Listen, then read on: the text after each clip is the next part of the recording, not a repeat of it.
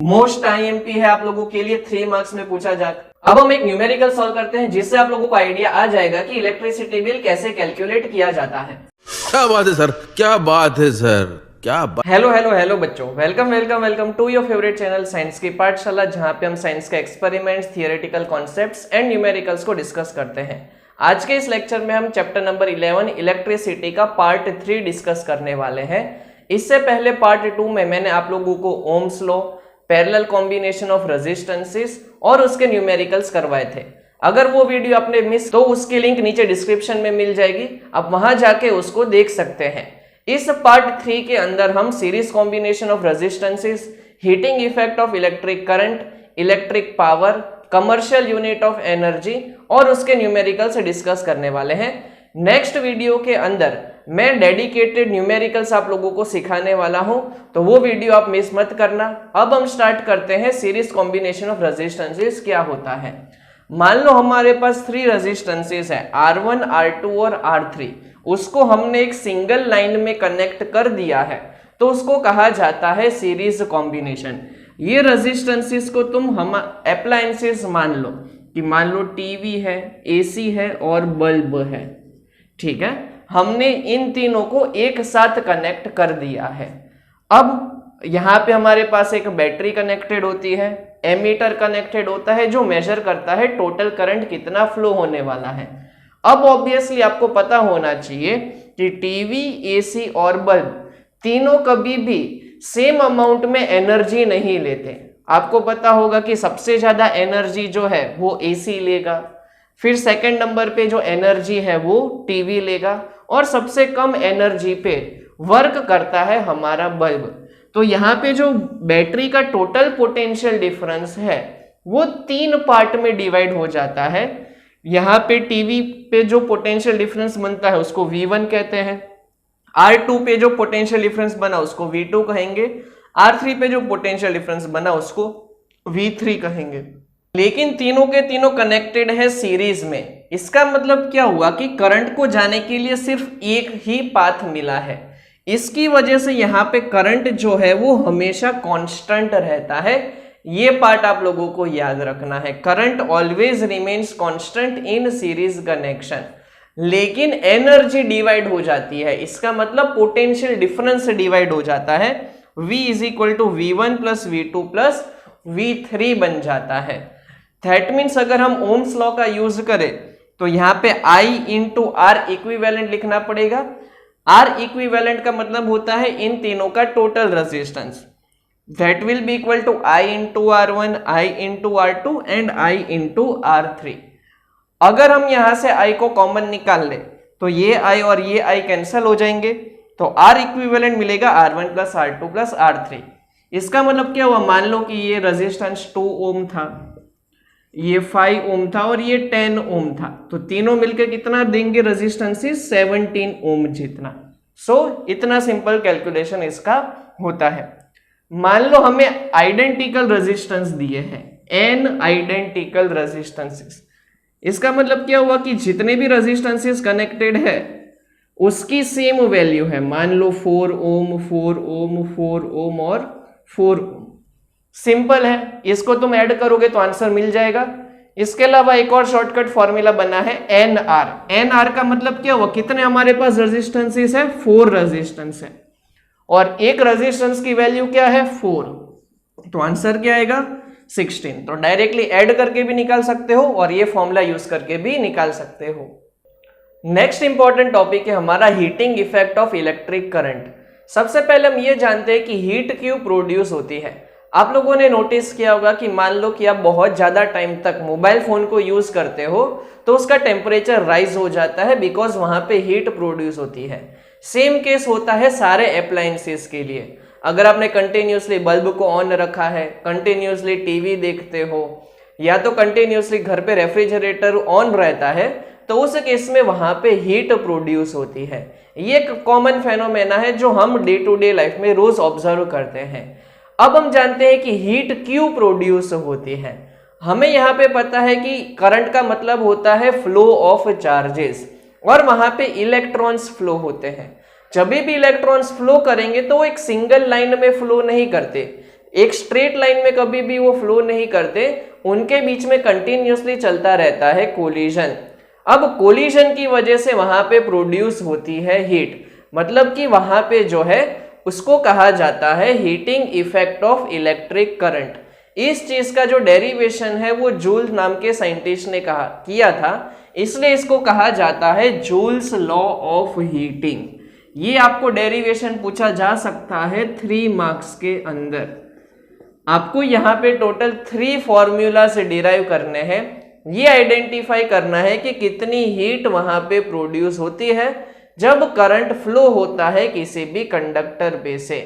कैसे डेरिवेशन करेंगे तो उसका कॉन्सेप्ट सबसे पहले समझ लेना। हमें पता है कि वर्क डन और हीट एनर्जी दोनों का ऐसा यूनिट क्या होता है, जूल। वो साइंटिस्ट के नेम पे से ही आया है। तो जब भी हमको वर्क डन का फॉर्मूला मिल जाएगा तो उसको हम कह देंगे it is equal to heat produced inside the conductor. अब वर्क डन हमने एक फॉर्मूला के अंदर देखा था, कौन सा फॉर्मूला था, पोटेंशियल डिफरेंस का formula. V is equal to work done per unit charge होता है, V is equal to W upon Q। अगर मैं यहाँ पे W को सब्जेक्ट बनाऊं तो W is equal to V into Q बन जाएगा। दैट मीन्स V की जगह पे IR करना पड़ेगा ओम्स लॉ का यूज करके, और Q की जगह पे IT करना पड़ेगा इलेक्ट्रिक करंट की डेफिनेशन पे से। तो I इंटू आई बन जाएगा I square into R into T। That means total यहाँ पे जो हीट प्रोड्यूस होती है वो I स्क्वायर RT होती है। ये मिला हमें फॉर्मूला नंबर 1। सो यहां से ये पता चलता है कि हीट जो है वो करंट के स्क्वायर के प्रोपोर्शनल में चलती है। मतलब कि मान लो मैंने करंट को डबल कर दिया तो हीट जो है वो डबल का स्क्वायर मतलब कि 4 टाइम्स हो जाएगी। अगर मैंने करंट को 3 टाइम्स कर दिया तो करंट जो है वो हीट जो है वो 3 का स्क्वायर यानी कि 9 टाइम्स हो जाएगी।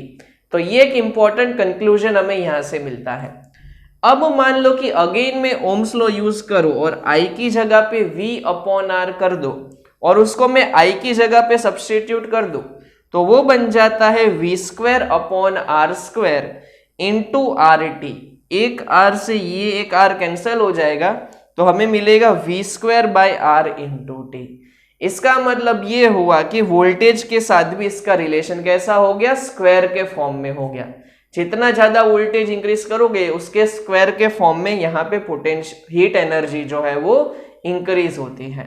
तो ये बन गया हमारा सेकेंड नंबर का फॉर्मूला। थर्ड नंबर का फॉर्मूला हम यहीं से ऑब्टेन करेंगे। हमने देखा W is equal to V Q होता है। यहां पे अगर मैं सिर्फ और सिर्फ Q की जगह पे IT लिख दो तो यहां पे मुझे थर्ड फॉर्मूला मिलेगा I इंटू वी इंटू 3। और अगर कोई पूछे कि हीट एनर्जी का यहाँ पे क्या यूनिट होता है तो वो बनेगा जूल। मोस्ट IMP है आप लोगों के लिए, 3 मार्क्स में पूछा जाता है, इसलिए हमेशा इसको लर्न करके ही रहना। अब हम डिस्कस करते हैं इलेक्ट्रिक पावर क्या होता है। थोड़ी देर पहले हमने ये देखा कि हीट एनर्जी जो प्रोड्यूस होती है उसको जब हम टाइम से डिवाइड कर देते हैं तो उस केस में हमें मिलता है इलेक्ट्रिक पावर। तो सिंपल सा फॉर्मूला है, हीट एनर्जी को जब हम टाइम से डिवाइड कर देंगे तो हमें मिल जाएगा वहां पे इलेक्ट्रिक पावर। अब आप लोगों को याद हो तो हमने हीट एनर्जी के 3 इक्वेशंस देखे। अब तीनों इक्वेशन को हम यहाँ पे टाइम से डिवाइड कर देंगे। फर्स्ट इक्वेशन था I स्क्वायर RT, उसको टाइम से डिवाइड करोगे तो T और T कैंसिल हो जाएगा तो फॉर्मूला मिलेगा I square R। Second equation देखा था हमने V स्क्वायर अपॉन RT, तो T और T को कैंसिल कर दो तो सेकेंड इक्वेशन मिलेगा V स्क्वायर अपॉन R। और थर्ड इक्वेशन मिलेगा IVT, T और T को कट कर दोगे यहाँ पे तो मिल जाएगा I इंटू V। तो हीट के भी 3 इक्वेशन मिले, पावर के भी 3 इक्वेशन मिले। डिफरेंस क्या है तो हीट एनर्जी में T आएगा, पावर के अंदर T नहीं आएगा। अब इसका ऐसा यूनिट होता है वॉट। ऑब्वियसली ये एक साइंटिस्ट थे जेम्स वॉट, इनके नाम पे से आया है। और इसका जो बिगर यूनिट होता है उसको कहा जाता है किलोवाट। 1 किलोवाट के अंदर होते हैं टोटल 1000 वॉट। नेक्स्ट हम डिस्कस करते हैं कमर्शियल यूनिट ऑफ एनर्जी। हम सब इलेक्ट्रिसिटी बिल पे करते हैं, उसी के रिगार्डिंग ये पर्टिकुलर क्वेश्चन पूछा जाता है। और यहाँ पे हम ये डिस्कस करने वाले हैं कि हम जो एनर्जी कंज्यूम करते हैं, जिसको हम इलेक्ट्रिकल एनर्जी कहते हैं, वो किस तरीके से कंज्यूम होती है और कितनी कंज्यूम होती है। अब एनर्जी का अगर हम फॉर्मूला देखेंगे तो वो बनेगा पावर इनटू टाइम। थोड़ी देर पहले हमने देखा कि पावर क्या था, heat energy divide by time. अगर तुम वहां पे एनर्जी को सब्जेक्ट बना दोगे तो बन जाएगा पावर इनटू टाइम। और अगर मैं यहाँ पे पावर को 1 किलोवाट ले लेता हूं और टाइम को 1 आवर ले लेता हूं तो मुझे यहाँ पे एनर्जी मिल जाएगी। मतलब कि मान लो हमने 1 किलोवाट जितना पावर कंज्यूम किया 1 आवर तक, तो उसको हम कह देते हैं 1 किलोवाट आवर। और ये है हमारा commercial unit of energy. Most IMP question है, हर साल पूछा जाता है, तो याद रखना। अब यहाँ पे 1 किलोवाट का मतलब होता है 1000 वाट और 1 आवर के अंदर होते हैं 3600 सेकेंड। तो इसको जब हम सॉल्व करेंगे तो बन जाएगा 3.6 और 10 का पावर 6 जूल। तो इसका मतलब होता है 1 किलोवाट आवर के अंदर 3.6 मेगा जूल्स। अब हम एक न्यूमेरिकल सॉल्व करते हैं जिससे आप लोगों को आइडिया आ जाएगा कि इलेक्ट्रिसिटी बिल कैसे कैलकुलेट किया जाता है। क्वेश्चन के अंदर गिवन है an electrical refrigerator rated eight 400 what. What किसका ऐसा यूनिट है? पावर का। दैट मीन्स हमें यहाँ पे पावर गिवन है 400 वॉट। जब भी हम इलेक्ट्रिसिटी बिल वाले क्वेश्चन सॉल्व करेंगे तो वहां पे याद रखना है कि हमेशा पावर किलोवाट के अंदर होना चाहिए। तो इसको किलोवाट के अंदर कन्वर्ट करने के लिए डिवाइड बाय 1000 करना पड़ेगा, तो ये बन जाएगा 0.4 वॉट। अब टाइम गिवन है 8 आवर्स पर डे। ठीक है, हम यहाँ पे रेफ्रिजरेटर को 8 आवर्स चलाते हैं एक दिन के अंदर। What is the cost of energy? हमें कॉस्ट निकालना है यहाँ पे। To operate it for 30 days. Total days हमें गिवन है यहाँ पे 30 और हमें गिवन है ₹3 पर किलोवाट आवर। मतलब कि अगर हम 1 किलोवाट आवर जितना पावर कंज्यूम करेंगे या एनर्जी कंज्यूम करेंगे तो हमें यहाँ पे ₹3 पे करने पड़ेंगे।